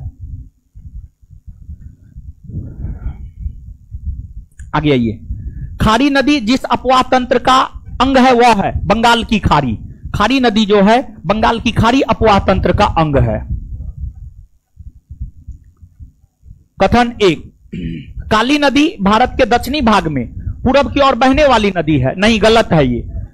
काली नदी भारत के दक्षिणी भाग में कर्नाटक राज्य में बहने वाली नदी है, कर्नाटक राज्य में बहने वाली नदी है और यह नदी कर्नाटक राज्य में बहती हुई यह नदी जो है अपने उद्गम से पश्चिम की ओर बहती है और पश्चिम की ओर बहती हुई यह नदी अपना जल अरब सागर में गिराती है, अरब सागर में गिराती है। तो यह पूरब की ओर बहने वाली नदी नहीं है बल्कि यह पश्चिम की ओर बहने वाली नदी है, इसलिए यह गलत है। दक्कन पठार अपने पश्चिमी किनारे पर उच्चता पर है,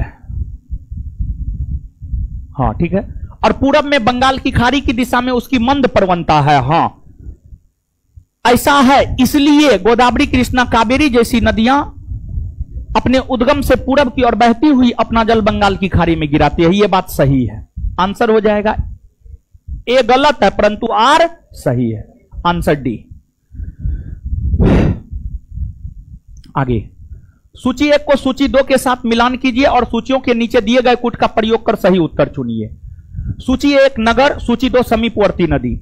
बैतूल जो है ताप्ती नदी के तट पर है, बैतूल को नदी के तट पर ताप्ती, मध्य प्रदेश में है, यह मध्य प्रदेश का शहर है बैतूल और ताप्ती नदी के तट पर है। जगदलपुर इंद्रावती नदी के तट पर है छत्तीसगढ़ में। जबलपुर नर्मदा नदी के तट पर है मध्य प्रदेश में। उज्जैन क्षिप्रा नदी के तट पर है मध्य प्रदेश में। तो 4, 1, 2, 3 आंसर हो जाएगा बी। नेक्स्ट, भारत में उत्तर से दक्षिण की ओर जाते हुए नीचे दी गई नदियों का निम्नलिखित में से सही अनुक्रम कौन सा है? देखिए ये सब जो नदी है ये सिंधु की सहायक नदी है। ये सब जो नदी है ना, श्योक, स्पीति, जौस्कर, सतलज, ये सब सिंधु की सहायक नदी है। सिंधु की इन सहायक नदियों में सबसे उत्तर में श्योक, फिर जौस्कर, फिर स्पीति और फिर सतलज। तो आंसर हो जाएगा बी। उत्तर से दक्षिण में इसका क्रम है श्योक, स्पीति, श्योक, जौस्कर, स्पीति और सतलज। ये सब सिंधु की सहायक नदी है, सिंधु। निम्नलिखित में से कौन सा युग्म सुमेलित है? जलप्रपात और नदी। कपिलधारा प्रपात गोदावरी नदी नहीं, कपिलधारा जलप्रपात नर्मदा नदी पर न है जी, नर्मदा नदी पर है, नर्मदा नदी, नर्मदा नदी पर है। जोग प्रपात शरावती नदी, हां जोग प्रपात कर्नाटक राज्य में शरावती नदी पर है, सही है ये। शिव समुद्रम कावेरी नदी पर है, सही है ये। कौन सा सही है? केवल 2 और 3, 2 और 3।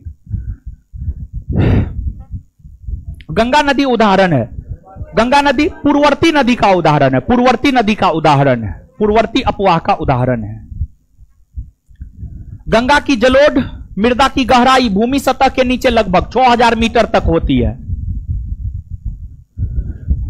निम्नलिखित कथनों का पुनरीक्षण करें एवं नीचे दिए गए कुछ से सही उत्तर चुनें। देवप्रयाग अलकनंदा एवं भागीरथी नदी के संगम पर स्थित है। हाँ, अलकनंदा और भागीरथी नदी के संगम पर देवप्रयाग स्थित है, सही है। रुद्रप्रयाग अलकनंदा एवं मंदाकिनी नदी के संगम पर अवस्थित है। हाँ, सही है।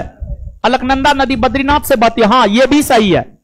केदारनाथ आदि शंकराचार्य द्वारा स्थापित सबसे बड़ी पीठ के रूप में मानी जाती है। नहीं, आदि शंकराचार्य ने 4 पीठ का निर्माण किया था।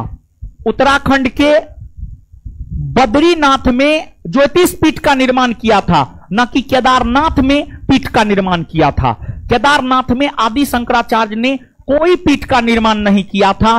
केदारनाथ में कोई पीठ नहीं है, बल्कि शंकराचार्य द्वारा स्थापित जो पीठ है वह उत्तराखंड के बद्रीनाथ में है। उत्तराखंड के बद्रीनाथ में है, कर्नाटक के श्रृंगेरी में है, ओडिशा के पुरी में है, गुजरात के द्वारिका में है। गुजरात के द्वारिका में है। तो यह गलत है। कौन सा सही है? 1, 2 और 3। भागीरथी नदी निकलती है। भागीरथी नदी गौमुख हिमानी से निकलती है। उत्तराखंड राज्य में भागीरथी नदी गौमुख हिमानी से निकलती है। गौमुख हिमानी से। निम्नलिखित में से किस नदी के तट पर बद्रीनाथ का प्रसिद्ध मंदिर स्थित है? अलकनंदा। गंगा नदी की एकमात्र सहायक नदी जिसका उद्गम मैदान में है? गोमती। गोमती। गोमती नदी का उद्गम मैदान में है। गोमती नदी उत्तर प्रदेश के पीलीभीत जिला के फुलहर झील से निकलती है। मैदानी भाग है ये। उत्तर प्रदेश के पीलीभीत जिला के फुलहर झील से गोमती नदी निकलती है। तो गंगा की सहायक नदियों में एकमात्र गोमती नदी है जिसका उद्गम मैदानी भाग से है। इनमें गंगा की कौन सी सहायक नदी उत्तर वाहिनी है? यानी इसमें गंगा की कौन ऐसी सहायक नदी है जो उत्तर की ओर बहती है? देखिए, गंगा की सहायक नदियों में आप देखिए, याद कीजिए, गंगा की सहायक नदियों में रामगंगा है, गोमती है, घाघरा है, गंडक है, कोसी है, महानंदा है। ये सब नदी ऊपरी भाग उत्तर दिशा, नीचे दक्षिण। तो जो रामगंगा है, गोमती है, घाघरा है, गंडक है, कोसी है, महानंदा है, ये सब उत्तर से दक्षिण की ओर बहती है। उत्तर से दक्षिण की ओर बहती है। दक्षिण वाहिनी नदी है ये सब। रामगंगा, गोमती, घाघरा, गंडक, कोसी, महानंदा, ये सब दक्षिण वाहिनी नदी है। वही गंगा की सहायक नदियों में जो सोन नदी है वो इधर से आकर के मिलती है। तो ये दक्षिण है, ये दक्षिण से उत्तर की ओर जाती है। दक्षिण से उत्तर की ओर जाती है। तो इनमें गंगा की कौन सी सहायक नदी उत्तर वाहिनी है? तो सोन नदी। कौन? सोन नदी। सोन नदी। निम्नलिखित में से कौन सी नदी में बाएं से नहीं मिलती है? सोन नदी दाएं से मिलती है। किधर से मिलती है? दाएं से। बाएं से मिलने वाली नदियां हैं गोमती, घाघरा, गंडक, कोसी, महानंदा। यमुना और सोन बाएं से, यमुना और सोन दाएं से, दाएं से, दाएं से। कौन सी श्रेणी यमुना और सोन के मध्य जल द्विभाजक का कार्य करती है? केमूर। कौन? केमूर। निम्नलिखित में से किस नदी का जल ग्रहण क्षेत्र सर्वाधिक है? ऑप्शन के अकॉर्डिंग जाइएगा तो सोन नदी का जल ग्रहण क्षेत्र इसमें सबसे अधिक है। मोरीबन डेल्टा निम्नलिखित में से किस डेल्टा का एक उप विभाग है? या बंगाल डेल्टा का उप विभाग है? बंगाल डेल्टा का उप विभाग है। निम्नलिखित में से कौन सी एक नदी भारतीय गंगा नदी बेसिन का हिस्सा नहीं है? जोंक नदी। जोंक नदी भारतीय गंगा नदी बेसिन का हिस्सा नहीं है, बल्कि यह महानदी बेसिन का हिस्सा है। जोंक नदी महानदी बेसिन का हिस्सा है, गंगा नदी बेसिन का हिस्सा नहीं है। ब्रह्मपुत्र नदी का बहाव क्षेत्र है। आप याद कीजिए, ब्रह्मपुत्र नदी तिब्बत के मानसरोवर झील के चेम योंगदुंग हिमनद से निकलती है, तिब्बत में बहती है, अर्थात चीन में बहती है, फिर अरुणाचल प्रदेश राज्य से भारत में प्रवेश करती है, मतलब भारत में बहती है, फिर अरुणाचल प्रदेश और असम जैसे भारतीय राज्य में बहती है, और फिर बांग्लादेश में प्रवेश करती है, और बांग्लादेश के तट पर ही अपना जल बंगाल की खाड़ी में मेघना नाम से गिराती है। तो कुल मिलाकर के देखा जाए तो ब्रह्मपुत्र नदी चीन भारत, बांग्लादेश, चीन, भारत, बांग्लादेश।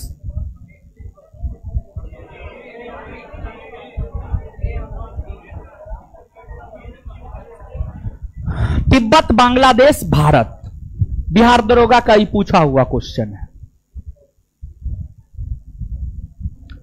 मानस नदी किस नदी की उपनदी है? यानी मानस किसकी सहायक नदी है? मानस ब्रह्मपुत्र की सहायक नदी है। किसकी सहायक नदी है? ब्रह्मपुत्र। ये क्वेश्चन रिपीटेड ना है जी, ना है रिपीटेड। ये क्वेश्चन इससे पहले नहीं बताए हैं, एकदम बताए हुए। घर पे जाके रिवीजन करते हैं जीवन में कभी। देखिए, अच्छा विद्यार्थी का लक्षण क्या होता है जानते हैं? अच्छा विद्यार्थी का लक्षण होता है वो क्लास करे डेली, मैथ पढ़ रहे हैं मैथ पढ़े, जीएस पढ़ रहे हैं जीएस पढ़े, जो भी क्लास कर रहे हैं रेगुलर क्लास करे। दूसरा काम, घर पे जाकर के जो भी क्लास में पढ़ाया गया है उसका रिवीजन करना है, उसको पढ़ना है, उसको याद करना। ये अच्छा विद्यार्थी का गुण होता है। लेकिन मुसल्लफपुर हाट में अच्छा विद्यार्थी का संख्या कम है। अच्छा विद्यार्थी का संख्या सच में मुसल्लफपुर हाट में कम है।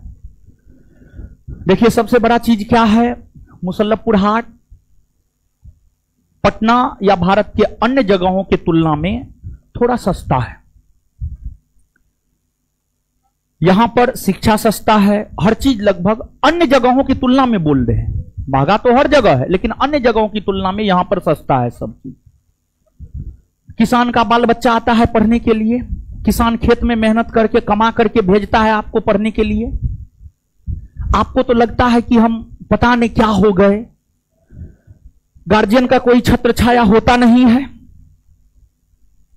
और एकदम जो मन होता है वही करते हैं। सुबह में 12 बजे उठना है, फिर साग ला करके मुसल्लफपुर हाट से कुकर में सीटी लगा करके खाना है, फिर सोना है, मोबाइल चलाना है।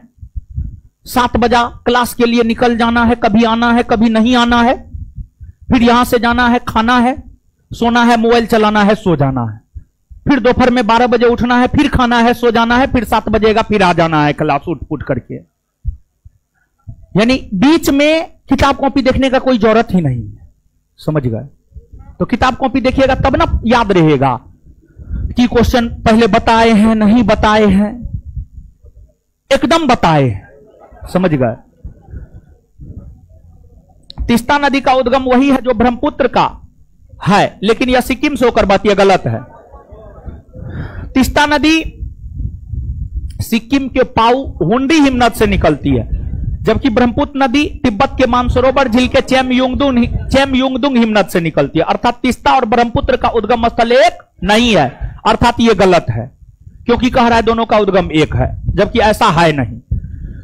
रंगीत नदी की उत्पत्ति सिक्किम में होती है और यह तीस्ता नदी की एक सहायक नदी है। हां, सही है ये। तीस्ता नदी भारत एवं बांग्लादेश की सीमा पर बंगाल की खाड़ी में जा मिलती है। नहीं, गलत है ये। तीस्ता नदी बांग्लादेश में जाकर ब्रह्मपुत्र से मिलती है, ना कि भारत और बांग्लादेश के सीमा पर। गलत है। कौन सही है? केवल 2। ये क्वेश्चन आज बताए हैं, ए होगा उत्तर, रिपीटेड है ये। आगे, प्रायद्वीपीय भारत की सभी प्रमुख नदियां बंगाल की खाड़ी में गिरती है। हां, प्रायद्वीपीय भारत की सभी प्रमुख नदियां जैसे गोदावरी, कृष्णा, कावेरी बंगाल की खाड़ी में गिरती है, लेकिन नर्मदा और ताप्ती अरब सागर में गिरती है। परंतु नर्मदा और ताप्ती अरब सागर में गिरती है। हां, सही है ये।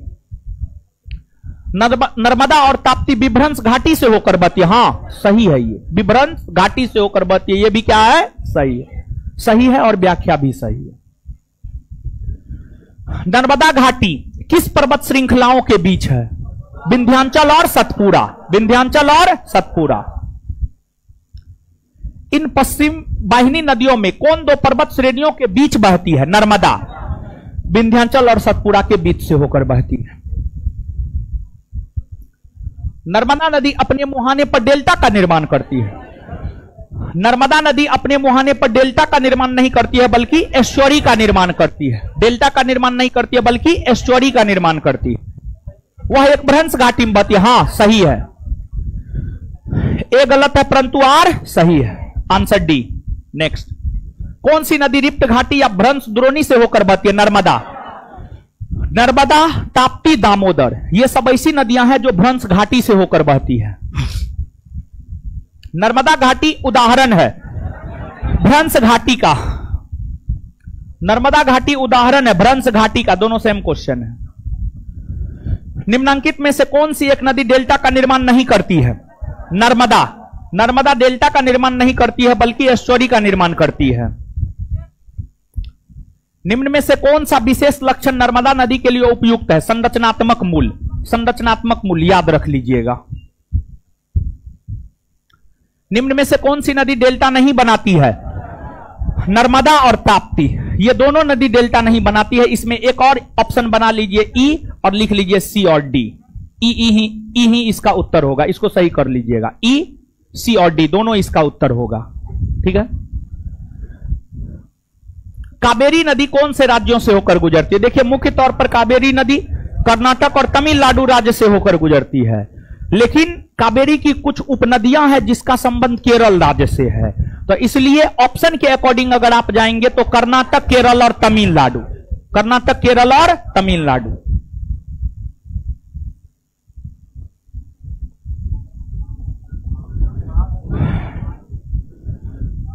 निम्नलिखित में से कौन सी नदी एस्चुअरी नहीं बनाती है? महानदी। महानदी एस्चुअरी नहीं बनाती है बल्कि डेल्टा बनाती है। और महानदी डेल्टा बनाती है, और महानदी डेल्टा ओडिशा राज्य में है। महानदी एस्चुअरी नहीं बनाती है बल्कि डेल्टा बनाती है, और महानदी डेल्टा जो है ओडिशा राज्य में है। कौन राज्य में? ओडिशा राज्य में।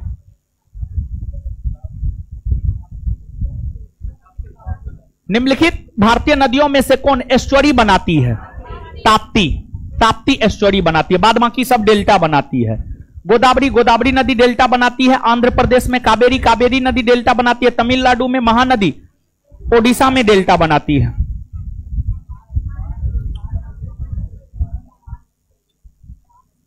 कौन सी नदी ओडिशा में अपना डेल्टा बनाती है? महानदी। कौन? महानदी।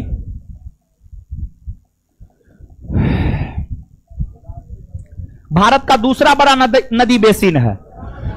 देखिए, भारत का सबसे बड़ा नदी बेसिन है गंगा, और दूसरा नदी बेसिन है महानदी, गोदावरी।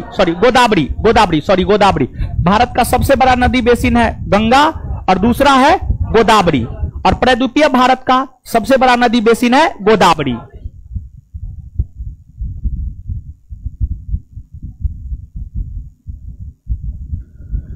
निम्नलिखित नदियों पर विचार कीजिए। यहां पर जो है ना प्राणहिता होगा, इसमें थोड़ा सुधार कीजिएगा।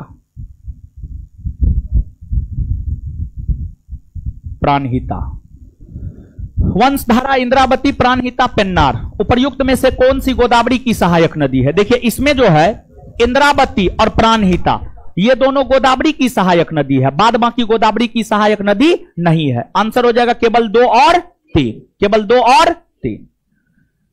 चलिए, अब रुक जाइए। इससे आगे अगले क्लास में करवा देंगे। अगले क्लास में कल ही खत्म हो जाएगा। अब तो 30, 18, 48 गो क्वेश्चन है, 50 गो क्वेश्चन है। एक दिन में लगभग 50 क्वेश्चन करवाते ही हैं। तो अगले क्लास में बैठे रहिए। अभी होमवर्क पूछे हैं। चलिए, पिछले क्लास में ऊपर वाले लड़का से ना पूछे थे। हाँ, आज नीचे वाले लड़का से पूछते हैं। दीजिए, तो क्या दिए थे होमवर्क? चैप्टर नंबर 2 का ऑब्जेक्टिव पूरा दिए थे, यही ना? अगला होमवर्क सुनिए आप। अगला होमवर्क है भारत की नदी। अगला चैप्टर वही ना है जी? भारत की नदी सब्जेक्टिव पूरा कल पूछेंगे। भारत की नदी सब्जेक्टिव पूरा कल पूछेंगे। और सबको अपनी मां का कसम है, पैदा करने वाले का कसम है, पढ़ेंगे घर पर जाकर, पूरा नदी याद करके आएंगे। समझ गए? अन्य तो नानी याद हम दिला देंगे, मां कसम दी है। ठीक है, चलिए। आए लड़का, आए जाने के लिए बोले हैं। अरे तुम लोग क्या कर रहा है? स्टाफ लोग क्या कर रहा है? सबको रोको। उसका आई कार्ड छीनो, जो भाग रहा है उसका आई कार्ड छीनो। आई कार्ड छीन के दो हमको। बार बार बोल रहे हैं। जीएस क्या है? जीएस को जितना बार सुनिएगा उतना ज्यादा याद रहेगा। अरे क्वेश्चन पूछ रहे हैं, सुनिए, जवाब दीजिए। अगर हम आपसे नहीं पूछ रहे तो मने मन आप जवाब दीजिए। पीछे वाले क्लासरूम में कोई 3 लड़का जो याद करके आया है, आ जाइए आप। जो पढ़ने वाले हैं, जिनको लगता है कि कुछ हो सकता है, जो सच में अपने कर्तव्यों का निर्वहन करता है, जो मां बाप के पैसे का सदुपयोग करता है, जो अच्छा लड़का है आ जाइए, और जो नालायक निकम्मा है, बेहया है, वो बैठे रहिए। आ जाइए पीछे वाले क्लासरूम से 3 गो, पीछे वाले क्लासरूम से 3 गो। चलिए लड़की उठिए, उठिए, खड़ा होइए, खड़ा होइए, रुकिए आप बैठिए। लड़की खड़ा होइए। भारत में कौन सी चट्टान प्रणाली नवीनतम है? हैं? भुला गए थे तो नहीं याद किए, तो ई फिर से लीजिएगा ना, खरीदिएगा ना। तो नहीं याद किए हैं तो हम क्या करें, खड़ा रहिए, बताइए। हैं? क्या ये सब हमारा प्रॉब्लम ना है, ये सब भुला गया था तो ये हम गारंटी थोड़े लिए हैं, आंसर नहीं था, ये मेरा है। बैठ जाइए, बैठ जाइए। यानी पीछे वाले इस क्लासरूम में पीछे वाले सब नालायक निकम्मा बेहया ही है, सब मां बाप के पैसे का दुरुपयोग ही कर रहा है। सबके मां बाप को फोन करेंगे, आप चिंता मत कीजिए, ठीक है। सेबड़ा की पहाड़ी कौन राज्य में है? कब एडमिशन हुआ है? 1 मंथ से आ रहा है। एडमिशन रसीद दिखाइए।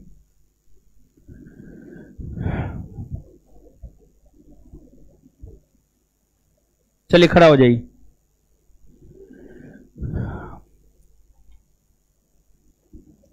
महाराष्ट्र एवं कर्नाटक राज्य में पश्चिमी घाट को क्या कहा जाता है?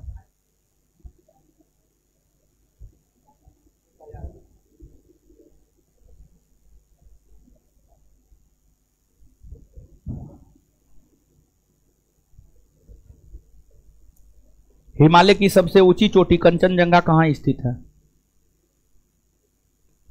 सिक्किम। बैठ जाइए, खड़ा होइए।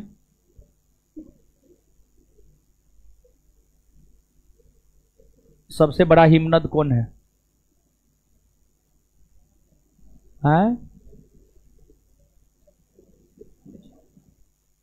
लीजिए लीजिए लीजिए। एकदम मोबाइल चलाएगी। क्या घंटा मोबाइल चलाती है? सही सही बोलो, बोलो मां कसम, क्या घंटा मोबाइल चलाती है? क्या घंटा मोबाइल चलाती है? सीधा क्वेश्चन बोल रहे हैं, सीधा जवाब दो। है? मारेंगे कपार कान हम फोड़ देंगे, ठीक है। पर हो है, तुमको चोट लगा है? झूठ बोलेगी? बैग पे लगा है। एकदम निर्लज पतित लड़की है। खड़ा हो जाइए, खड़ा हो जाइए।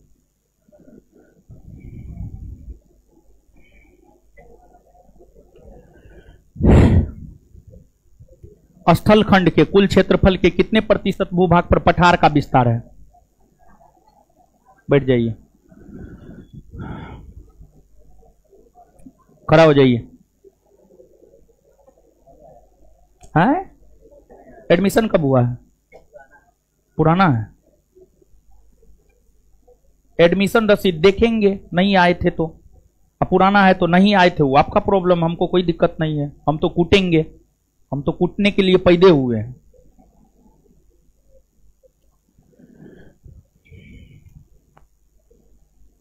भारत का दक्षिणतम पर्वत श्रेणी? कार्डमम की पहाड़ी। क्या? कार्डमम की पहाड़ी, कार्डमम की पहाड़ी। खड़ा हो जाइए।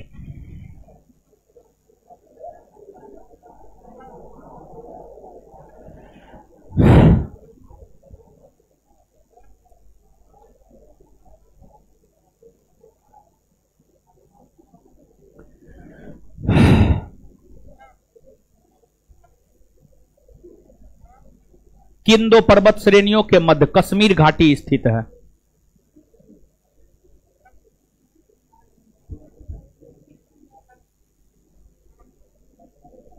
हैं? क्या? अच्छा,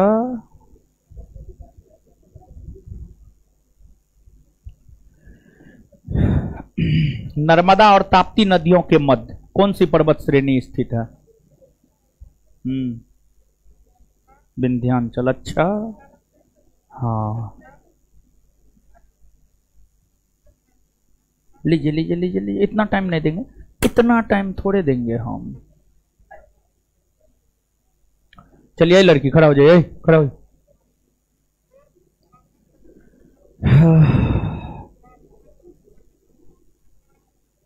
उत्तरी अमेरिका की सर्वोच्च चोटी माउंट मैकिनले। बैठ जाइए, ए लड़की खड़ा हो जाइए।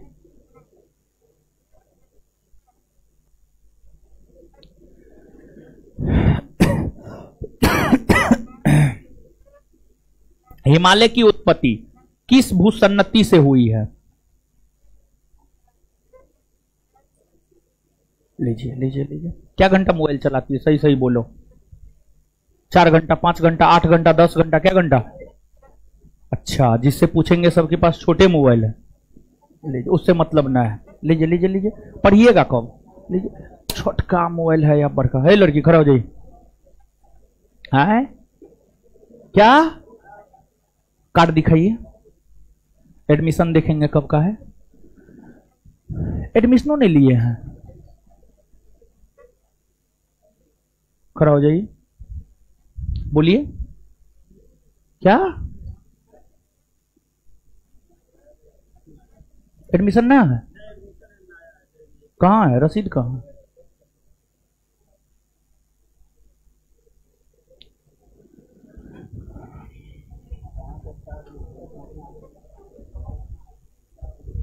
ठीक है, बैठिए, बैठ जाइए, बैठ जाइए। जब मुरते हैं तो हम क्या करें?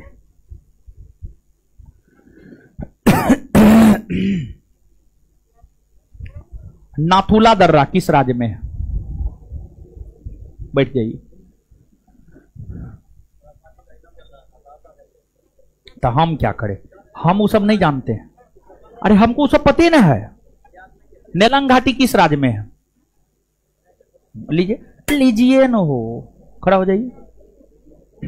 कुछ बोलना है। नेलंग घाटी किस राज्य में है? आए क्या? तमिलनाडु?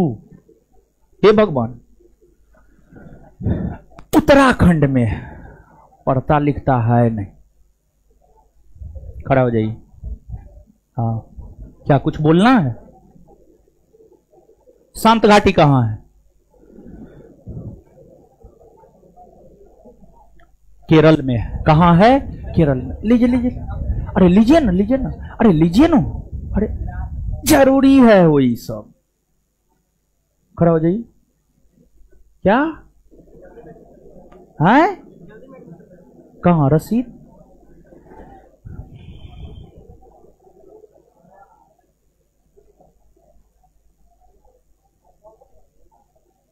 कुछ बोलना है?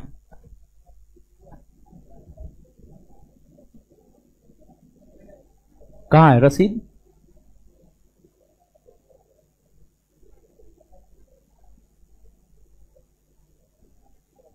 है?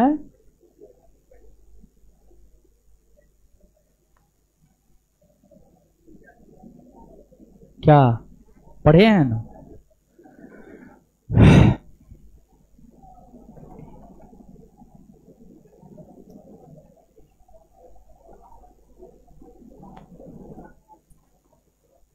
धूपगढ़ी चोटी स्थित है सतपुड़ा रेंज में। लीजिए लीजिए लीजिए लीजिए लीजिए ना। अंतः अस्ति प्रारंभ।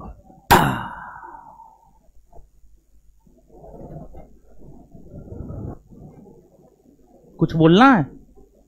बोल दीजिए नया हुआ है, मार के तो मुंह तोड़ देंगे हम। हैं? हमको कोई मतलब ना है उससे। क्या मतलब है? माउंट एवरेस्ट कहां है? सीजीएल के स्टूडेंट है तो माउंट एवरेस्ट कहां है बताइए? लीजिए लीजिए लीजिए लीजिए। पढ़े हैं सीजीएल के स्टूडेंट। तो सीजीएल में जीएस नहीं पूछा जाता, अब तो पीटी मेंस दोनों में जीएस पूछा जा रहा है। अब पीछे वाला तो नालायक निकम्मा है, पीछे जाकर के हम क्या करेंगे? 3 गो नहीं आ पाया, चिंता मत कीजिए।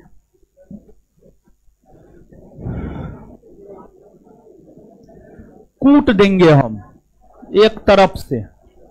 कल खाली होमवर्क करके नहीं लाइए आप लोग, कल कुटाइये प्रोग्राम होगा। किसका है? चलिए अब जो है सुन लीजिए, कल का होमवर्क क्या क्या। कल का 2 होमवर्क है। एक जनसंख्या वाला कॉपी में लिख के लाना, और दूसरा नदी सब्जेक्टिव पूरा याद करके लाना। और कल जो है ऑब्जेक्टिव खत्म हो जाएगा, फिर अगले क्लास का होमवर्क दे देंगे, इसका ऑब्जेक्टिव पूरा याद करके लाना। ठीक है? पूरा चैप्टर, हाँ पूरा चैप्टर, पूरा नदी। ठीक है, पूरा नदी। नदी में देखिए, सुनिए 1 मिनट, थोड़ा स्पष्ट कर देते हैं। नदी में जो है, नदी है, झील है, जलप्रपात है, परियोजना है। नदियों के किनारे बसे प्रमुख शहर है। तो उसमें स्पेशली नदी, झील, जलप्रपात, परियोजना, नदियों के किनारे बसे प्रमुख शहर नहीं, सिर्फ नदी। अगले क्लास में दे देंगे झील और जलप्रपात, फिर उसके अगले क्लास में दे देंगे बहुउद्देशीय परियोजना। तो 3 क्लास में तो हो ना जाएगा। तो सिर्फ नदी पूरा, और विशेष तौर पर पूछेंगे नदी का उद्गम, संगम या मोहाना, सहायक नदी, और थोड़ा बहुत लंबाई भी, 2, 4, 5, 10 को बदनाम नदी का लंबाई भी। समझ गए? तो इससे आगे मिलेंगे अगले क्लास में। हमको निकलने दीजिए, तब आप लोग निकलिएगा। धन्यवाद सभी लोगों का। थोड़ा देर के बाद काटना, 2-3 मिनट के बाद काटना जी।